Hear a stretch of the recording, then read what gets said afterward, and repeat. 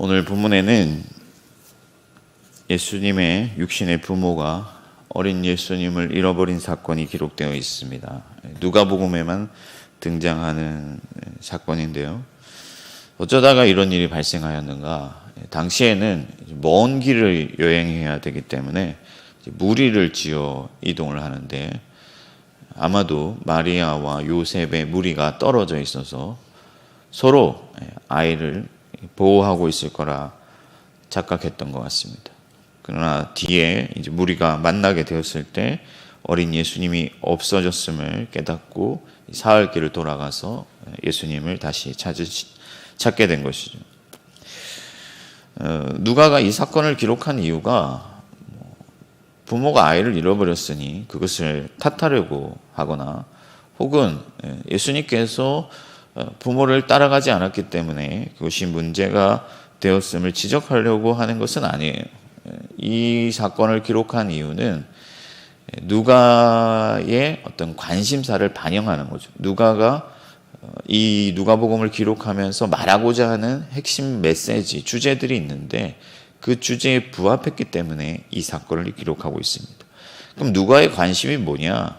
누가의 관심은 하나님의 구원, 하나님의 구원 역사가 하나님의 약속하신 그대로 성취되어 가고 있다는 사실에 누가의 관심이 있는 거예요. 그래서 오늘은 이 사건을 하나님의 구원의 관점에서 바라보고 몇 가지 교훈을 생각해 보려고 합니다. 가장 먼저 하나님의 구원은 하나님의 섭리를 통해서 이루어진다 하는 거죠. 하나님의 섭리를 통하여서 이루어진다. 예수님의 부모가 유월절 절기를 따라서 예루살렘으로 올라갔다는 것은 여전히 이스라엘이 형식적으로나마 하나님의 율법을 지키고 있었음을 보여주고 있습니다. 그래서 각처에서 하나님의 명령대로 예루살렘으로 올라와서 유월절을 지키려고 했습니다. 비록 당시의 제사장들과 또 율법을 주관하는 많은 율법 선생들이 타락해 있었고 또 유월절 절기 자체가 하나님이 기뻐하시는 방식으로 진행되지 않았다 하더라도 하나님께서 세우신 그 율법 그리고 그 명령을 통해서 하나님의 나라, 하나님의 구원은 이루어져 가고 있었다는 거예요. 예루살렘의 그 제사, 유월절 절기는 예수님께서 비유하시기를 열매 없는 무화과나무, 그러니까 겉으로 보기에는 멀리서 볼 때는 풍성해 보이지만 사실상 아무런 열매가 없는, 그래서 하나님의 저주를 받게 되는 그런 형국이었고, 또 예수님께서 훗날 장성하셔서 성전에서 장사하는 사람들을 쫓아내시면서 너희가 아버지의 집을 강도의 소굴로 만들었다 하시면서 책망을 하실 정도로 문제가 많았습니다. 그러나 아무리 사람들이 죄악으로 가득하다 하더라도 하나님께서는 하나님이 세우신 그 율법을 통하여서 성실히 일하고 계셨다 하는 거예요. 요셉과 마리아 같이 하나님의 율법을 사모하고 하나님을 경외하는 자들을 통해서 일하셨습니다. 이처럼 율법을 주신 것은 하나님의 섭리였고 하나님 그분은 구원을 섭리로 이루어 가시는데 때때로 사람들이 보기에 하나님이 세우신 일반의 어떤 섭리들이 미련해 보이고 그렇게 좋아 보이지 않고 무용해 보일 때가 있다는 거예요. 그러나 세상의 구원은 한 악이, 사람들이 주목하지 않는 한 악에서 시작되었고 오늘 본문에도 작은 소년이 등장하는데 이 소년을 세상은 주목하지 않았어요. 이 소년은 뭔가 거대하게 사람들의 시선을 끌만한 그런 존재가 아닙니다. 그리고 이 소년은 이름 없는 몫으로 살아가게 됩니다. 그럼에도 불구하고 하나님은 작고 초라한 그 아이를 통해서 위대한 세계의 구원을 이루시는 것이죠. 그러므로 여러분, 하나님의 섭리를 신뢰하시길 바랍니다. 하나님께서 기도라는 섭리를 통해서 하나님이 기도라는 이 도구를 통해서 하나님께서 하나님의 뜻을 이루어 가시도록 섭리하신 거예요. 그래서 우리는 기도를 신뢰해야 돼요. 목사의 설교를 통해서 하나님은 우리가 은혜 받고 하나님의 뜻에 순종하도록 섭리하신 거예요. 그런데 어떤 사람들은 오늘날 교회의 예배와 직분과 하나님이 세우신 모든 질서들을 부정하려고 합니다. 왜 그러냐면은 교회가 지금 오늘날 한국 교회가 자신들이 보기에 형편없다는 거예요. 그래서 하나님께서 세우신 모든 질서들을 부정하고 자기의 방식대로, 자기가 원하는 대로 하려고 하는 것이죠. 그리고 하나님보다 앞서가려고 하는 거예요. 그러나 하나님께서 세우신 이 일반의 섭리적인 교회의 전통들을 통해서 하나님은 원대한 비전을 이루어 가고 계시다. 그 가운데서 신실한 자들이 여전히 하나님의 뜻에 순종하고 있고 하나님을 진심으로 예배하고 있고 또 하나님의 말씀에 순종하기 때문에 그것을 통해서 하나님께서는 눈에 보이지 않더라도 이 한국 교회가 사람들이 보기에는 온통 썩었고 어둡고 문제가 많다 하더라도 하나님은 그분의 섭리를 통해서 여전히 일하고 계시다 하는 사실입니다. 그러므로 여러분의 삶에서 발생하는 여러 인생의 문제들과 그리고 말도 안 되게 형편없는 신자들의 삶을 보더라도 선을 넘어 분노하거나 하나님보다 앞서가려 하지 말고 잠잠히 하나님을 신뢰하며 하나님께서 세우신 예배와 또 기도와 또 말씀을 통해서 하나님의 뜻을 성취해 나가는 저와 여러분들이 될 수 있기를 바랍니다. 두 번째는 하나님은 둔감한 자들을 통해서도 역사하신다, 구원하신다 하는 사실입니다. 우리가 오늘 본문을 오해하면 예수님이 이 부모의 마음을 아프게 한 것처럼 보일 수가 있어요. 왜냐하면은 부모를 따라 나서야 되는데 멋대로 성전에 남아 있었기 때문에 우리 만약에 제 아들이 그랬다면은 이제 한 대 얻어 맞았겠죠. 그러나 우리가 인간적인 시선으로, 인간적인 발상으로 이 사건을 바라보면 그럴 수 있지만은 사실 예수님은 하나님이시죠.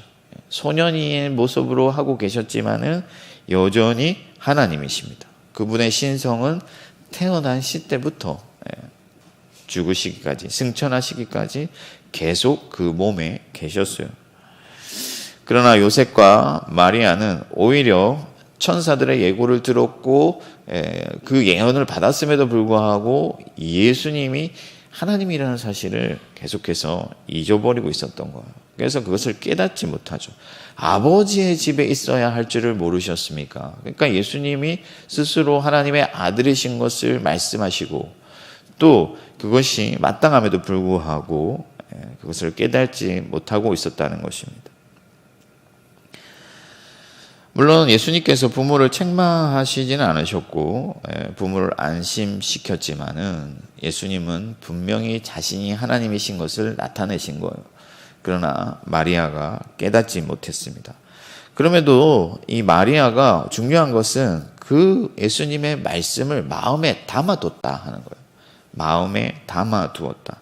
야곱이 요셉의 꿈을 듣고 요셉을 책망했지만은 여전히 그 말을 마음에 담아둔 것처럼 그 마음을 그냥 흘려 듣지 않고 흘려 보내지 않고 마음에 새겼다.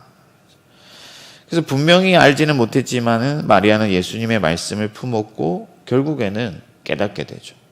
그래서 예수님을 하나님이신 것을 깨닫게 되고 우리가 가나 혼인잔치에서 본 것처럼 예수님을 마리아는 믿었습니다. 이처럼 하나님은 둔감한 자들을 통해서도 역사하십니다. 이것은 하나님의 지혜와 하나님의 거룩하심이 너무나도 출중하기 때문이에요. 너무나도 고차원이기 때문에 보통의 사람들은 잘 깨달을 수가 없어요. 하나님의 영광을 본 자들은 생명을 부지하기 어려울 정도로 하나님의 영광은 위대합니다. 그래서 예수님과 대화를 나누었던 이 율법의 교사들도 예수님의 비범함을 눈치챘지만 그럼에도 불구하고 그분이 하나님이신 것을 도무지 알 수가 없었어요. 인간의 수준이 그렇게 미천하기 때문에 그렇습니다. 그러나 이 율법의 교사들, 랍비들과 마리아의 차이점이 뭐냐면은 그 말씀을 마음에 품었다 하는 거죠. 이것이 차이점이에요.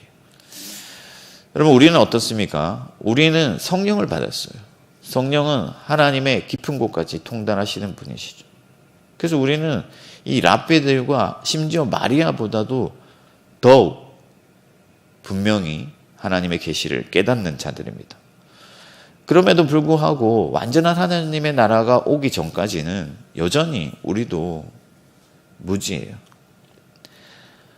바울이 거울을 보는 것 같이 희미하다. 이게 뭐냐면은 당시의 거울은 이 청동 거울이기 때문에 그것을 갈아가지고 반사되게끔 하는 거울이기 때문에 유리 거울이 아니에요. 그래서 흐리멍텅하게 보이는 거죠. 그러니까 바울도 완전히 깨닫지는 못했어요. 완전히 보지도 못했고. 그러나 그날이 오면 우리가 거울을 보는 것처럼 희미한 것이 아니라 주님을 직접 목격하게 되는 것이죠. 아무튼 이 세상을 살아가는 동안에 우리는 분명히 확실히 완전히 그냥 주님을 눈으로 보는 것 같이 깨닫지 못합니다.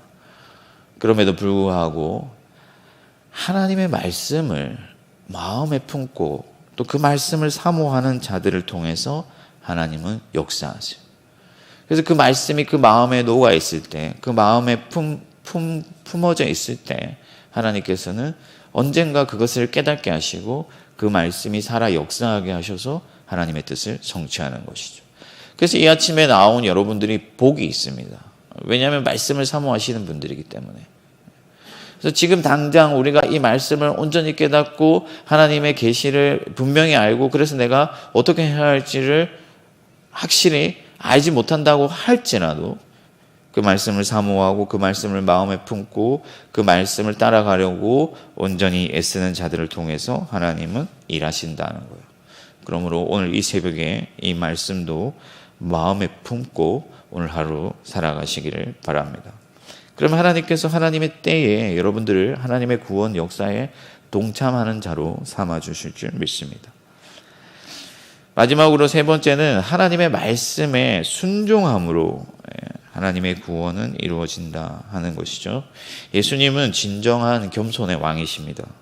그분은 스스로 하나님을 아버지로 불렀어요. 뭐냐면은 이미 예수님은 자신이 하나님이시라는 사실을 깨달으셨어요. 알고 계셨어요. 자각하셨어요. 그러나 그럼에도 불구하고 육신의 부모의 말씀에 순종합니다. 이것은 단지 효의 차원의 문제가 아니라 하나님의 언약과 하나님의 율법을 성취하기 위함이죠. 그러니까 예수님께서는 하나님께서 말씀하신 그 율법을 온전히 성취하시는 분이에요.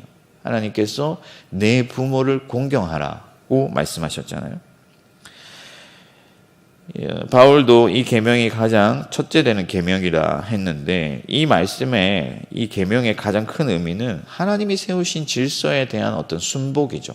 하나님의 권위를 인정하는 거예요. 하나님께서 위에 계시고 하나님이 사람을 지으시고 그 사람으로부터 또 사람이 나오게 하셨는데 이 모든 질서를 따라서 하나님께서 가장 큰 권위를 가지시고 그 위에 계시기 때문에 자녀들은 하나님께서 자신의 대리자로 세우신 그 부모를 하나님을 공경하듯이 공경해야 되는 것이죠. 하나님을 대리하는 양육자로 하나님께서 그 부모를 세우셨기 때문에 하나님의 질서를 따라서 그 부모에게 순종하고 공경해야 되는 거예요. 예수님께서 자신의 때가 오기까지 하나님이 주신 자리에서 그 부모의 말씀을 듣고 순종하며 그 부모를 받들어 산 이유는 바로 이러한 이유 때문입니다. 그러니까 하나님의 말씀에 순종하고 하나님의 율법을 성취하기 위한 것이죠. 하나님의 권위에 복종하는 것이죠. 하나님께서는 이처럼 말씀에 순종하는 한 사람을 통해서 그분의 구원을 성취해 가십니다. 예수님은 위대한 하나님이시면서도 죽기까지 하나님의 말씀에 순종하셨습니다. 심지어 자신이 하나님이시면서도 자기의 육신의 부모에게 순종하시면서 아버지의 말씀, 아버지의 언약을 성취하려 하셨습니다. 이것은 위대한 하나님의 질서를 예수님께서 얼마나 사모하고 계신지, 또 얼마나 아버지 하나님에 대한 충성심이 있는지를 보여주는 대목이에요. 아들은 아버지의 집에 있으면서 아버지께 배우고 아버지 하나님께 순종합니다. 그래서 여러분, 우리가 하나님의 구원을 이루어감에 있어서 가장 최대치는 아버지의 말씀에 순종하는 거예요. 다른 게 아닙니다. 여러분의 삶의 자리에서 하나님의 말씀에 순종할 때 하나님께서는 여러분을 통해서 하나님의 나라를 이루시고 구원을 성취해 가십니다. 제가 언젠가 어떤 목사님이 그 교회 건물을 참 멋지게 지으시고 나서 그런 말씀을 하시는 거예요. 나는 이제 할 일을 다 했다. 제가 그 말을 들었을 때 좀 느낌이 쎄했어요. 왜냐하면은 우리가 어떤 그 성과나 업적이나 혹은 결과물을 통해서 하나님께 자기의 어떤 충성심을 나타내려고 한다면 그것은 오산이에요. 왜냐하면은 하나님께서는 만만의 강물 같은 기름이라도 그분께 소용없다라고 하셨잖아요. 순종이 제사보다 낫다 이렇게 말씀하시잖아요. 무슨 말이냐면은 자칫 어떤 성과주의로 가다 보면요 사울처럼 되는 거예요. 그래서 내 할 일을 다 했다 하는 게 아니고 날마다 주께 복종하는 거예요. 자기 십자가를 지는 거예요. 겸손히 순종하는 거죠. 거기에서 하나님은 스스로 하나님의 영광을 찾으시는 거예요. 우리가 어떤 뭔가 아말렉의 좋은 소와 양들을 차지하고 그것으로 제사하려 한다 하더라도 하나님은 그것을 기쁘시게 받으시는 것이 아니죠. 하나님께서 여러분께 진정으로 만족하실 때는 여러분들이 예수 그리스도를 믿고 그분의 도를 사모하고 그분을 본받아 하나님의 말씀에 순종할 때인 줄 믿습니다. 이 사실을 늘 기억하시기를 바랍니다. 아버지의 말씀에 순종하기를 힘쓰면 아버지께서 여러분들을 하나님의 구원의 중심에 있게 하시고 하나님의 뜻을 성취해 가게 하시는 거예요. 말씀을 정리하겠습니다. 소년 예수의 사건을 이 누가가 기록한 것은 단지 이런 일도 있었다 뭐 그런 정도가 아니라 하나님의 구원의 역사의 디테일을 강조하고 있는 것이죠. 하나님은 작고 초라하더라도 그분의 섭리를 통해 일하시고 둔감한 자들을 일깨워서 일하시며 또 말씀에 순종하는 그 한 사람을 통해서 구원을 이루어 가십니다. 우리가 그렇게 하나님의 말씀에 순종한다면 우리도 예수님처럼 하나님께 더욱 사랑스러워 가는 자들이 될 줄 믿습니다. 저와 여러분들이 이 말씀을 마음에 새기고 하나님의 구원의 중심에 있게 되기를 주님의 이름으로 축복합니다. 하늘에 계신 우리 아버지, 아버지의 이름을 거룩하게 하시며 아버지의 나라가 오게 하시며 아버지의 뜻이 하늘에서와 같이 땅에서도 이루어지게 하소서. 오늘 우리에게 일용할 양식을 주시고 우리가 우리에게 잘못한 사람을 용서하여 준 것 같이 우리 죄를 용서하여 주시고 우리를 시험에 빠지지 않게 하시고 악에서 구하소서. 나라와 권능과 영광이 영원히 아버지의 것입니다. 아멘.